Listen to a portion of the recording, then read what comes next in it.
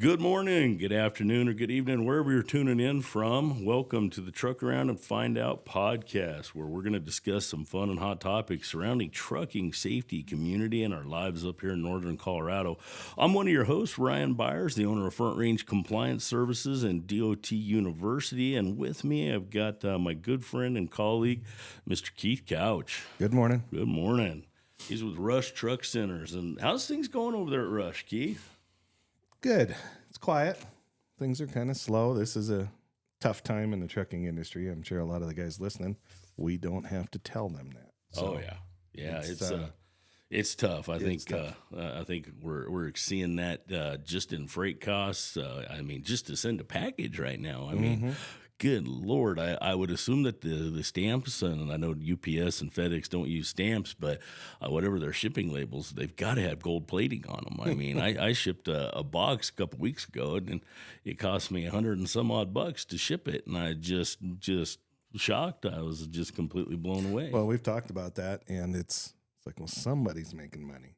Oh boy, but the freight rates don't reflect it. It's crazy. So if that's the cost at FedEx to ship a small package, it wasn't even a big package. I had to send my watch back because the dial broke on it, and that's what it cost me to ship my watch. I could only imagine what all this rest of this shipping is. Those rare Rolexes cost a lot to insure. It was a working man's Rolex. It was a tag, but still an expensive watch. But I do miss it. Well, today what we've got is it won't be a long podcast, but it's kind of in my world and in the world of trucks, something we've been dealing with for quite a while. It's becoming less and less of an issue, but especially here 10 years ago, it was super hot. Pre-emission trucks versus a new truck with all the DPF and DEF and everything like that. So that's kind of our topic for today. Not so much safety, but on the actual trucks themselves. And, when you talk about new trucks, first thing everybody says is they cost too much. I agree. I get it. I understand that. And if trucking isn't your primary source of income, then maybe a new truck isn't the right truck for you. Well, I always think back to one of my clients here a few years ago that I was working with down in Denver. He had 2 tandem axle dump trucks, and they were old.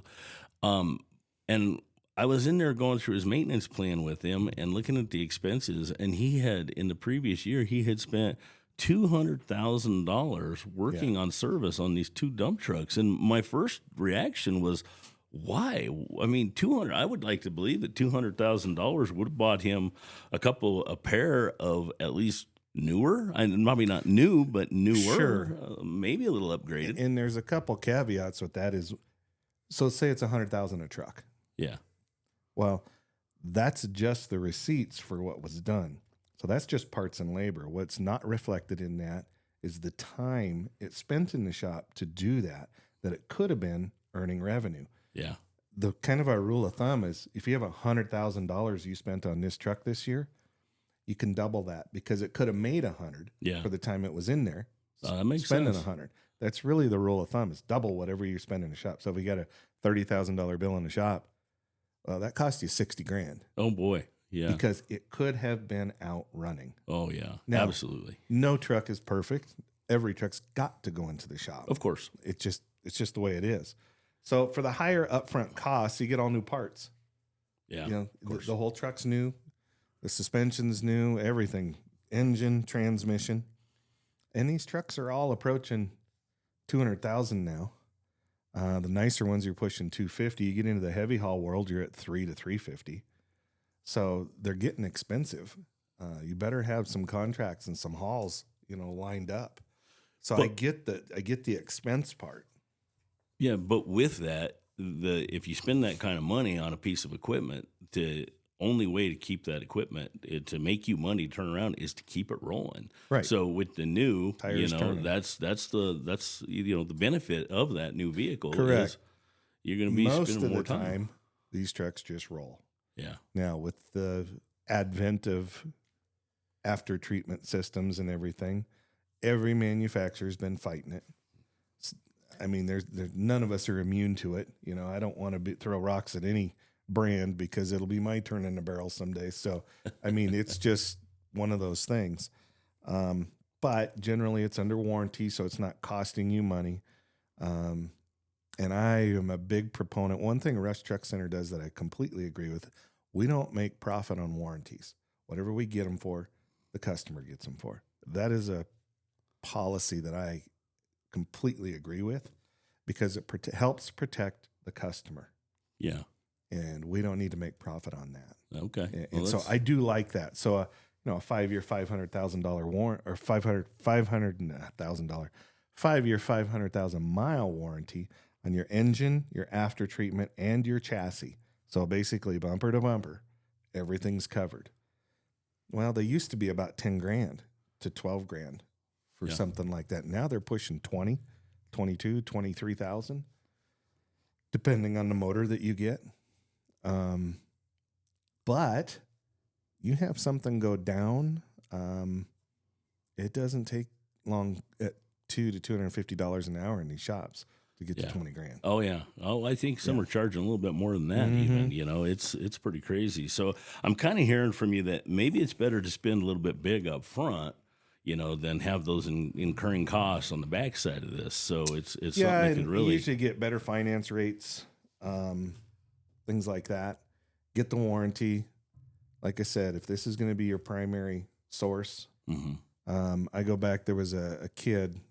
I'm not going to mention names, but a kid out of Casper, Wyoming. He came in and he had bought an '07 pre-emission truck, 6NZ Cat, supposed to be 800 horse, and all of this. And it was a beautiful 379, 72-inch flat top, 300-inch wheelbase. He was going to haul cattle. And good-looking truck till you walked up to it and you start looking and find out they used aftermarket parts. Oh boy. And it's like, oh. Well, and he's starting to get blow by already, and it's just been overhauled. And so I called his banker in Casper and said, okay, mom had signed on to get to this truck. They had actually financed this truck and everything. And I explained to him, this kid has a ton of energy. He just wants to roll, and he can't because his truck keeps going down on him. And he took about a $50,000 hit on that truck of negative equity. It's the only bank that I've ever seen in 35 years of selling trucks that took negative equity off a truck and put it on a new truck.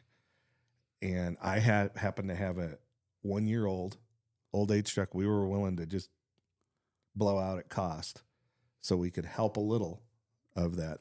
We got that kid in that truck, and within a year and a half, he had that note paid off. Yeah. He had run so hard because the truck was up and running. Yeah.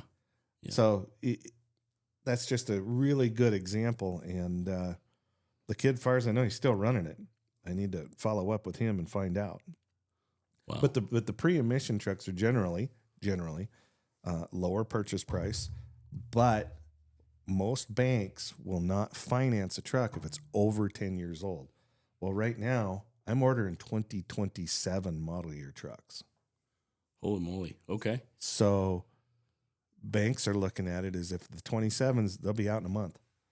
So if the 27s are out, their cutoff now is a 2017, which just seems like yesterday. But that's 10 years ago. Yeah, exactly. So, and warranty, a pre-emission truck, there's no warranty for a pre-emission truck. You just got to fix it yourself. Now, some people are like, yeah, that's fine. That's cool. Farmer, rancher, and they've got a shop. We'll just handle it. Okay. If they have the personnel that knows how, or if they've got a reliable shop that they can do stuff like that, And that truck's not running every day. Yeah. If it goes down, they can get by till they get the truck back up and running. Yeah. Yeah. So, absolutely. But you'll have to pay cash. Guys got to pay cash for them. No bank won't finance them past that 10-year mark, huh? Oh boy. Okay. I didn't know that. Yeah. Right. But generally speaking, your new trucks are up and running more. Probably the best rule of thumb that I see in the most successful companies that I see, they'll buy a new truck, wrap it up in a 5-year, 500,000 mile warranty, and put it to work. At 400,000 miles, they're calling me saying, hey, that truck's at 400 now. I need to replace it soon. We order up a new truck for them, get it in, get them out of that truck by 450,000 miles, and trade it in. And that way they can get their best trade-in value. And we get a nice piece for the lot. And it gives somebody coming in to look at that truck, gives them some assurance because there's still 50, 60,000 miles worth of warranty on that. So in case a rod decides to ventilate a block, it's covered. Yeah. You know, they get 6, 8, 9 months. You know, some of these guys could get upwards of a year warranty. So it makes them feel really good, and they're willing to spend more for that truck. So we're willing to give more for trade-in value on that truck. I got you. So and then the company that's buying the new trucks, they never come out from underneath that umbrella of warranty. So they fix their costs. They know exactly what each truck is going to cost them to 500,000 miles. And it makes it much easier for them to bid jobs, projects, routes, things like that, because they know, okay, my truck cost is this. Okay. Therefore, if I'm going to take this job, I have to make X. Okay. So how does it typically take, 5 years, do you think, to get to about that 500,000 mile mark? Or? No, it depends on the company and the Of driver. So I do a lot of 4-year 500,000 mile warranties. I see. So once a truck gets toward the end of that warranty, is that wise, to dump it and get into a newer one? It all depends on the situation, but if that truck's your primary source of income and that's how you're making money, it's best to keep it under warranty. Yeah. Well, so, that requires get rid of it, get another one. Turn that thing in and get you a new one. Which is, sometimes that's hard to do because these prices just keep going up. Yeah. Yeah, they do, but it is a business, a business. So it is an expense, and that is a good tax expense for you. And quite honestly, if you really break down the costs on trucks, that truck to 500,000 miles, there's 2 other costs that are more than a truck, and that's the driver and the fuel. Yeah, of course. Yeah, driver, fuel, and then, of course, the maintenance that you're going to start to pick up, and you're going to have to start footing a bill for that. So, interesting. Okay. Yeah. All right. So, then what becomes of that truck then once we'll put it on the lot, sell it off. Okay. Sometimes they get wholesaled. It all depends on the condition, specs, things like that. Well, some of these carriers are, they have decent shops internally, and they have shop floors, and they can work on them and pay their own mechanics to work on them, save some expense if they're able to maintain them. Right. Most do a level 1 or 2 mechanic, so they do a lot of shops do their own oil changes, filters. Sure. LOF, lube oil filter. Sure. Gotcha. Keep a set of filters, belts, everything on the shelf. Anything that goes above and beyond that, like valve adjustments, things like that, they'll run it to a shop. Yeah, for sure. Okay. Well, that's pretty interesting. So you handle both at your shop. You handle both the old and the new. I know every time I drive by there, I see some of them pretty new ones, and you feature a lot of them on your Rocky Mountain Peterbilt's. I've done a few used trucks on my Rocky Mountain Peterbilt's channel on YouTube, but most of it is new. I got you. And it's actually, what's kind of funny is it's actually turned into a pretty good library of colors. Yeah. Guys will call me all the time. Hey, can you tell me what that paint code is? Nice. Yeah. Well, Keith, what's the fuel economy like with these trucks?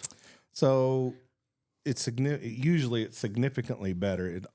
Fuel economy is mostly the driver input. So a driver has more control over fuel economy than anything else on the truck. But all things being equal, you should pick up at least half up to 2.5 miles per gallon, which goes straight to the bottom line. And if you multiply that, talk about fleets. If you multiply that over 50, 60, 70 trucks, a 1 mile per gallon per truck over a year is significant money. Oh yeah, definitely. That's a lot of money. Yeah, that the cost of fuel is absolutely astronomical, and I'm that's interesting because we doing all the IFTA filings that we do. I see the the miles per gallon and things like that. And, if they want to see that range, between 3 and 7 miles of the gallon, but we get some companies that are claiming they get 11 miles a gallon. We get others that are claiming they get 1 mile to the gallon, and the rest of them are all kind of in between there. And I've always wondered what kind of plays into that for that fuel economy side of things. Yeah, I'd say the majority, 90% of the trucks out there between 5 and 7. Okay. That's the majority. I see. Well, fantastic. Well, so is there any the pre-emissions trucks? I'm assuming that they're running less fuel efficiency. Correct. Yeah, it's just older technology, and okay. So we've come a long ways with the emissions. Then we have, and I hate to say it, but these new engines are better than the old engines. What screws them up is the after treatment, the EPA stuff that we have to put on them. Yeah. And we're an authorized service center, so we can't delete trucks, we can't do that. That's illegal. We can't even trade in trucks that have been deleted. So that's also illegal. If somebody deletes a truck, can you put the software back in it, or is it forever? You can. It depends on who deletes it. If a good guy deletes it, you delete it right and everything, keep every nut and bolt, every part, you theoretically should be able to put that right back on. Mm-hmm. We have done that in the past. It's an easy $20,000 project. Ooh, easy. Yeah. Because it's never right. It's always a hassle. I've seen other guys that delete them. They'll just delete the fact that it ever had this after treatment system on there, not just block it in the software. I'm not sure how all that works. That's way above my head. But we can't put it back in that, hey, this needs to have DEF injected into this system. They've completely taken that parameter out, and you can't put it back in. Yeah. So we've seen some of that where we put it all back together and it still doesn't work. Well, not just that, but you're messing with the EPA at that point. And I've come across a few of the EPA enforcement actions, and they're designed to really cripple a company. So, right. Even if somebody were to think that's a good idea, they very much could be opening themselves up to. And one of the things I would say is, as far as new trucks versus old trucks, kind of like driving a new car versus an old car. I mean, you get in that new car, it drives nice. And I had a guy trade in a 389. Absolutely gorgeous truck. Beautiful truck. Air ride, steer axle, the whole works. And I had to drive it to Denver, get it detailed, and then we'll bring it back to Greeley. And so I brought a 589 back, which is the replacement of the 389. And it wasn't anything special. It wasn't hard loaded like the 389 was. And I'm just going, man, this is quiet, much quieter than the 389. And I'm a 389 fan.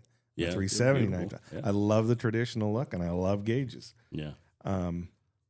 So don't knock me for that. But that 589, it's got so much more automotive technology built into it. Yeah, definitely. I mean, and it is so. The doors are so you got to slam those doors, otherwise they don't latch right. Those doors are sealed tight, really tight, and lots more room between the seats. Yeah, I remember driving an old 351, Pete, and if you had a passenger, you were rubbing shoulders and elbows with them. You were that close. There was, if it had a sleeper, you had to crawl over your seat to get to the sleeper, and then the 359s. You could barely get your knees between the seats. And then the 379, a little more room. 389 was even more room yet. Now the 589, you can walk completely between the seats. There's tons of room. Lots of changes with the driver comfort and the safety aspect of it. So those older trucks, it's 100% up to the driver, safety, and they're keeping their eyes on the mirrors. In this day and age, I've been noticing, when if we go back 10 years ago and you just talk about the safety they had from there, and just what they were adding with just some of the new GPS technology and tracking of speeding and braking, hard braking, it's come so much further. So what are some of these safety features these days? I'd say adaptive cruise control is a big one. Keeping your distance from the car in front of you. Sure. That is handy. I've got it on my pickup, and I absolutely love that because you don't have to emergency brake as often. Um, Different collision mitigation deals. It flashes at you. Doesn't vibrate your seat like my truck does, but Yeah. It will have collision mitigation. A lot of these trucks now, if you're in a head-on, let's say two trucks hit head-on, those engines are made when they come back towards the cab to go down and back instead of just straight back. So it removes that engine and uses all that energy to try to absorb it. So the crumple zones Kind of like a crumple zone. kind of designed to protect the driver compartment. Yes. See if they can save a life in the event of a collision. So they've got the technology built into the frame, built into that. They've got the technology around. So does it use cameras or sensors around that vehicle? Like the cars today, like the Tesla's got 360 degrees of view. My wife's car, we've talked about that in the past, her Escalade, it's the same way. It's got cameras all around it. My Dodge TRX, I got cameras all the way around it. So our trucks are using that same type of technology? Yes. Yeah, we're getting to seeing more and more of that.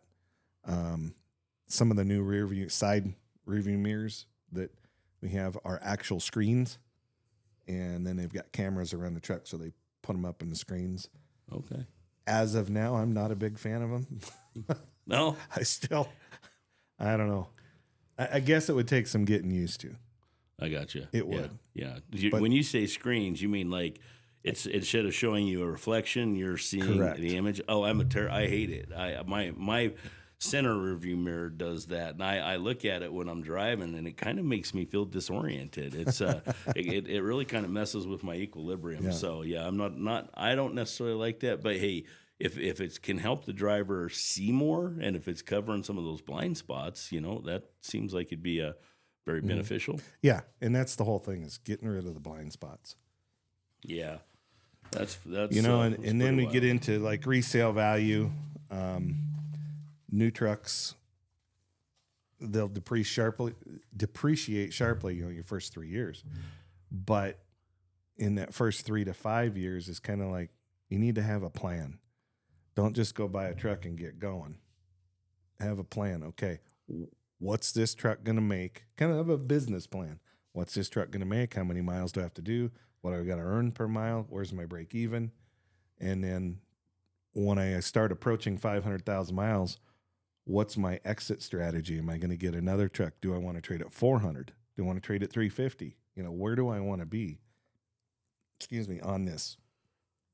So don't just do it, blindly.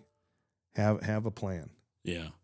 Well, with the, just kind of backing up just a little bit to the safety features and the accident prevention, not only are they supposedly, going to be maintaining that truck longer, helping prevent from being a crash, but then they're going to run into a point where they're going to potentially, after they work their plan, like you said, their business plan, at this point, they're eventually going to want to resell that truck or sell that truck to get into something new. So how are the values maintained over this process? It's, obviously just take care of it just like you would any other piece of equipment or car, vehicle, whatever. Get all your routine maintenance done, all your updates, everything like that. Right now, the used truck market is very soft. Good time to buy a used truck because, values are just down, and they just are. They'll come back. It's very cyclical. Yeah. Used truck values will come back. So it's always, sometimes you get a little bit more, sometimes it's a little bit less, but good, clean used trucks are always hard to find. So if you can keep it nice, keep it clean. Yeah. Well, and there's always a market for the used trucks. I mean, I've got many clients, and I always joke, and I don't know if it's a joke, it's more of a true statement that you have sent me by far more business in my direction than I have sent to you. But in so many of the people that I work with, buying a new truck, I just can't seem to convince them. I think having some of these points would definitely are going to be helpful, because I'm always, talking to people about their maintenance program and how, the way I try to aim for that maintenance program is, no as little downtime as you possibly can between services. Correct. If we spent the time and the money to have a truck come off the road and go into a PM, why in the world do I still see it going in for, in between PMs, it's going in for tires or it's going in to get a windshield replaced. And that could be a windshield, that can be a just happen situation. But a lot of times, especially when you find the DVIRs and they're like, oh, I were reporting that for months. Yeah. So, I'm always trying to push that. Hey, as much downtime that you can avoid, you keep that truck route moving, just like what you've talked about. And it just makes sense to me that, and if it goes in for 10 grand worth of work, it's not, it's 20 cost. Yeah. Because it could have been operating. And the bottom line is this is a business and you got to keep your business moving forward. Correct. And that type of thing. So, yeah. And, some of the new trucks, they'll get you in and out of California just fine. Pre-emission trucks, California doesn't like those. Some people don't care. Some people won't go to California. Yeah. I don't see the EPA going backwards. No. I think as we continue to go down the trucking road, emissions are going to keep getting tighter and tighter. As a matter of fact, January 1st of 2027, there's a new emission level, and Cummins doesn't just have a new emissions after treatment on their X15 engine. It's a whole new engine. So for the guys that are listening out there, you're going to see 2026 calendar year go quick with the order board, and it's what they call a backfill. You'll have the big fleet saying, hey, I want my trucks in October, November, December. Those 3 months will fill up quick, and then it'll work backwards. Oh. I'm going to say till May, June, maybe July to order a new truck. After that, I don't think you'll be able to get them. No kidding. At least a Peterbilt. Wow. So how does one go about that? Say I want to get a new truck. What are my steps? How do I get started with Well, this? if you want a Peterbilt, just get a hold of me, and I'll walk you through it. But usually what we do is you identify what you want, what you're hauling. Most companies know what they want as far as engine, transmission, colors, sleepers, non-sleepers, heavy haul, whatever, specialized fuel haulers. Most people know what they want, and we put down a $5,000 deposit per truck and get the set price up front. If we're ordering probably five or more trucks, we submit to the plant for what we call a CAR, Competitive Allowance Request, CAR. So we got acronyms too. Yeah, you do. But and then we just put it all together. If it works, we sign it, wire the money, and we put them on order. Oh, good. And then we can ship them either I can bring them into Denver, Greeley, at no charge. I've had guys out of Florida, New York, California, Washington, whatever.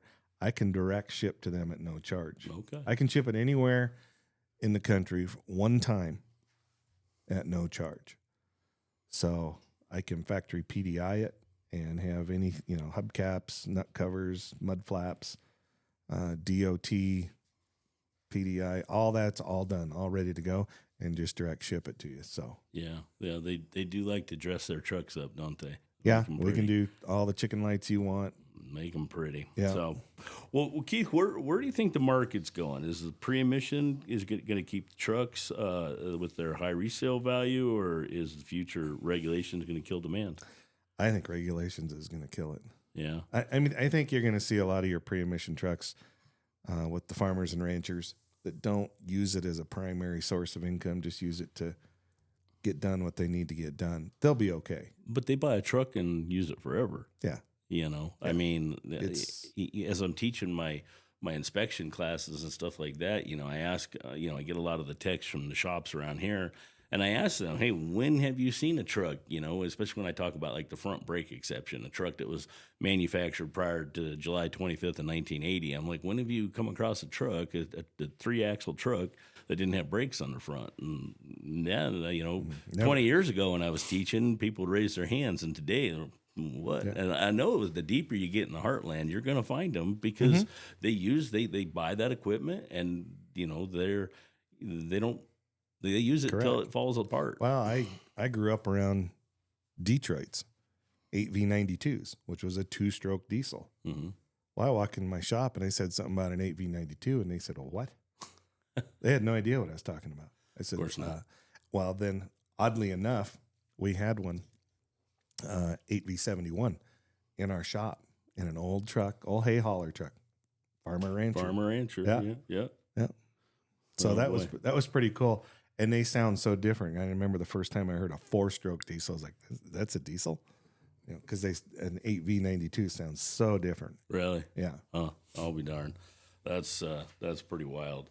So with that being said, we've got a lot of the fits for these vehicles, like an owner operator. Like, who's a perfect match for a new versus maybe an older pre-emissions truck, and how should somebody like really consider that? Well, an older pre-emissions truck is, generally speaking, you're going to see it go to guys that either have a fantastic shop and want to run something that's pre-emission, or a farmer rancher, somebody that's not using the truck every day to make money.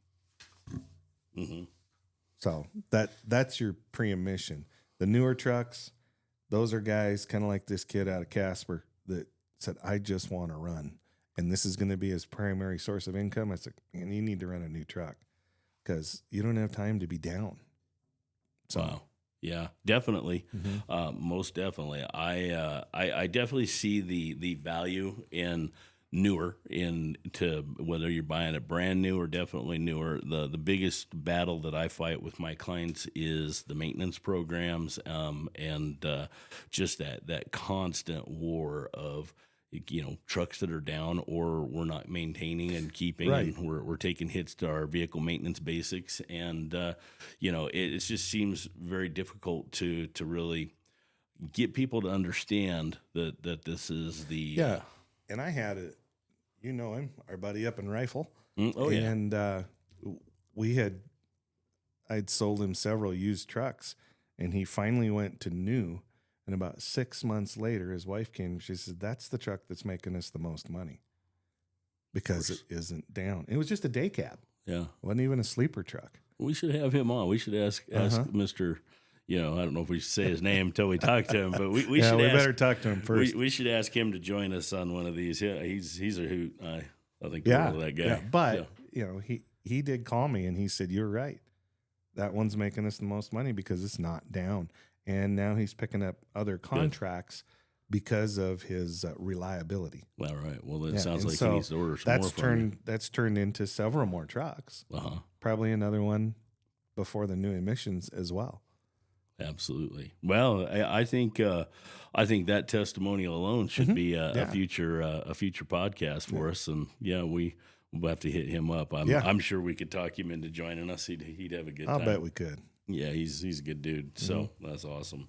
Well, that's great. Well, Keith, do you have anything in closing that you'd like to kind of add to this topic? Not really. It's just, if you guys have any questions, even if you're not running Peterbilts or you have a local Peterbilt dealer that you're happy with, holler. I'll be happy to help. Yeah, that's the one thing that you have really shown me through the years of working with you, and that is just how you like to be there and assist your clients, provide them assistance. You're not just there to push a sale. Of course, if they'll come and want a sale from you, you're going to help them with it. But that's one of the things that are remarkable. Well, thank you. Yeah, I learned that from you. So you help people get what they want, and you will get what you want. Yeah. So with that, I can't stress it enough. If you're looking for a truck or wanting to get in this market, need to get some guidance, reach out to Keith. He is absolutely phenomenal. He cares about people. Going to be there for you to steer you in the right direction. And besides that, your brand is pretty beautiful. Those Pete's are pretty hard to beat. Yeah. I know it's the war of the trucks, but I know a lot of people go with one line because I think it's little inexpensive to get into, and I think that you're definitely, especially with owner operators, they like to dress those trucks up, and some of the fleets like them looking pretty. So it's, you guys put out a beautiful, beautiful truck. And for I've sure. always grown up, and I think it's still true today. Maybe not as true as it used to be, but drivers want to drive a Pete. Yeah. They just do. Well, yeah. And that kind of helps some rural locations, some rural trucking companies where they maybe have to compete with other rural trucking companies that are running other brands. I've had this conversation with them. I said, sometimes running Pete's, guys want to drive them. Oh, yeah. So let's do a nice extended hood, nice yeah. big 80-inch sleeper stand up, and deck them out for resale, because everything's going to boil down to cost per mile. Well, resale is part of that.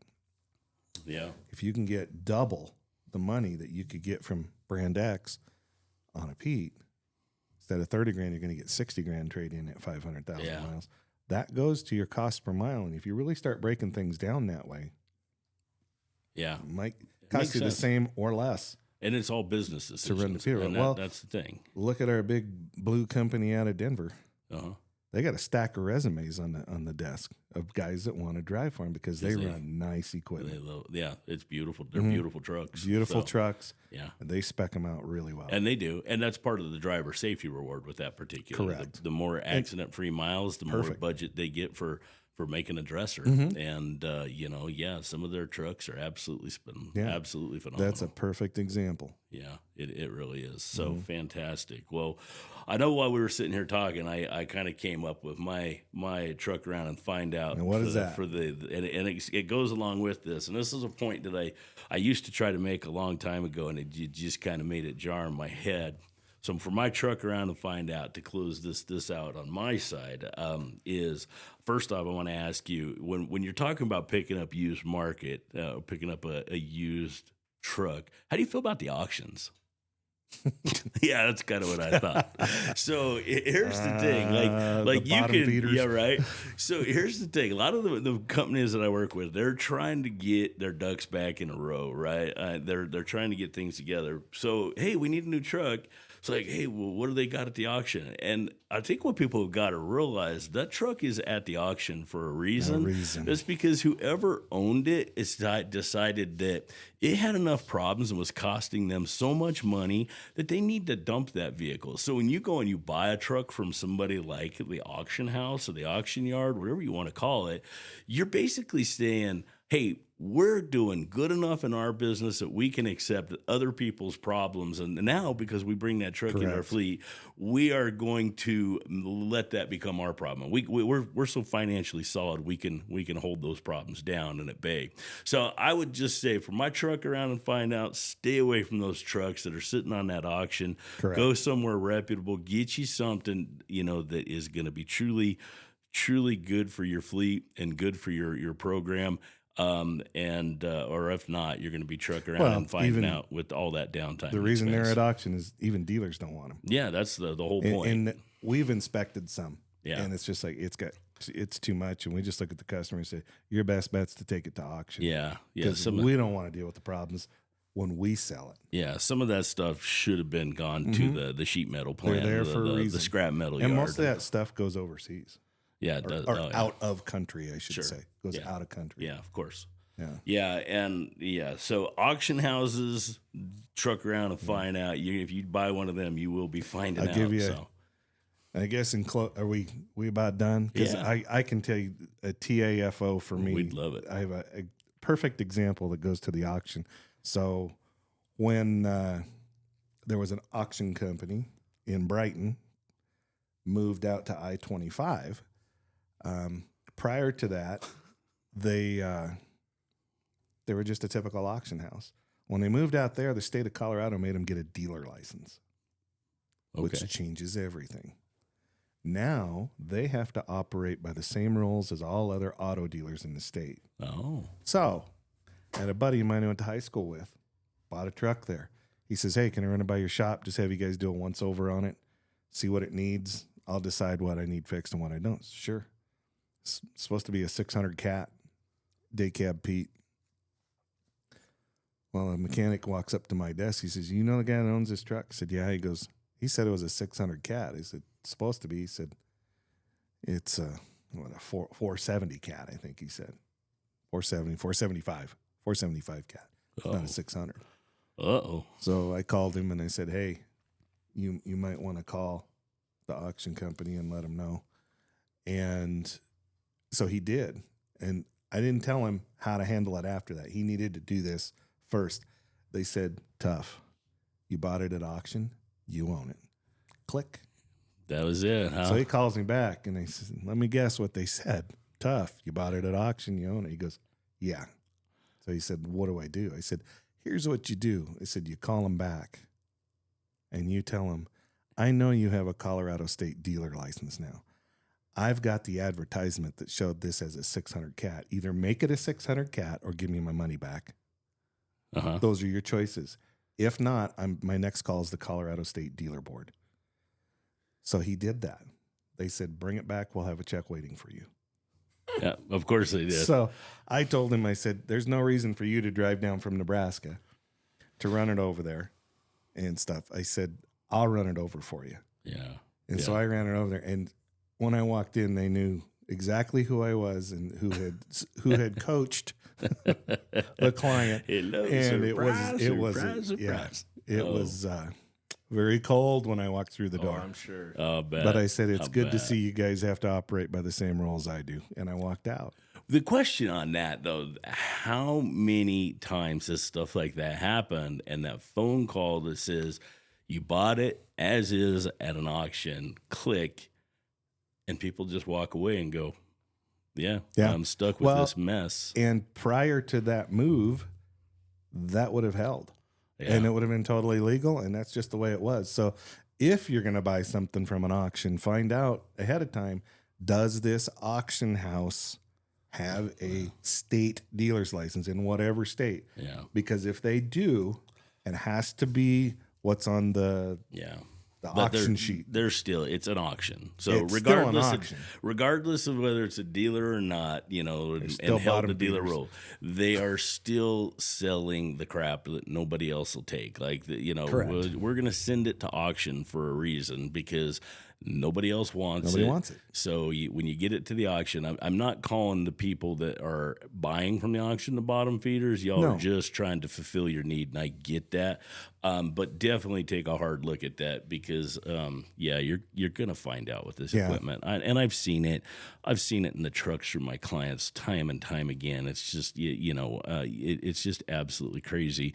And it's not just trucks. Some of it's trailers, Oh, yeah. I mean, one of my clients picked up a trailer, and they asked me to come out and do the annual inspection. I'm crawling under this thing, and it has literally just been all repainted black, nice and pretty from a distance. But when I got up close to it, I was walking down the frame rail and I was tapping it with a tire thumper, and it was ding, ding, ding, the ding, ding, the, and it was like Bondo. Oh, I mean, the frame had holes in it, and they Bondoed it to make it look pretty. Mm-hmm. They do it all the time. When I got underneath it, it had literally holes through the frame rail that were a little harder to see that they didn't fix, that were the exact same size as a hammer. Like if a DOT officer was doing an inspection and hit it, or maybe even a driver, somebody would hit the frame and just pop a hole through the frame. Yeah. And and that was an auction sale, and it's just like, oh my goodness. So be careful, be very leery. Very, very leery. Probably best to really call an expert like Keith and get steered in the right direction to get a truck that's going to be dependable and is going to really fit your needs. Absolutely. Oh, yeah, fantastic. Was there anything else you want to add, Keith? No. Redbeard, you're kind of quiet today. I'm good. You're good. I'm good. Listening and learning over here. Perfect. Well, I guess with that, I'm going to say, hey, thanks to all of our drivers, our companies out there for the work that y'all do, keeping America moving forward. This holiday season is going to be a fun one. I think I heard that Black Friday was the biggest sales recorded in data 8, so I guess that's a good sign, you know, if you can believe what people tell you on the news. But anyway, so that just I'm assuming that just means that more packages are going to be carried over the highway, right? So hopefully that helps you as we're leading into 2026. Hard to believe you're already talking about 2027 trucks. I'm like, we're not even to 26 yet. It just blows my mind. Well, all the Class 8 manufacturers on 1 year ahead. Yeah. So if it's made in 26, it's a 27. I got you. It's been that way for years. Yeah, for sure. But with that, thank you for what you do. Keep her shiny side up and dirty side down. And Keith, Thank appreciate you, guys. You bet. Merry Christmas. Merry Christmas.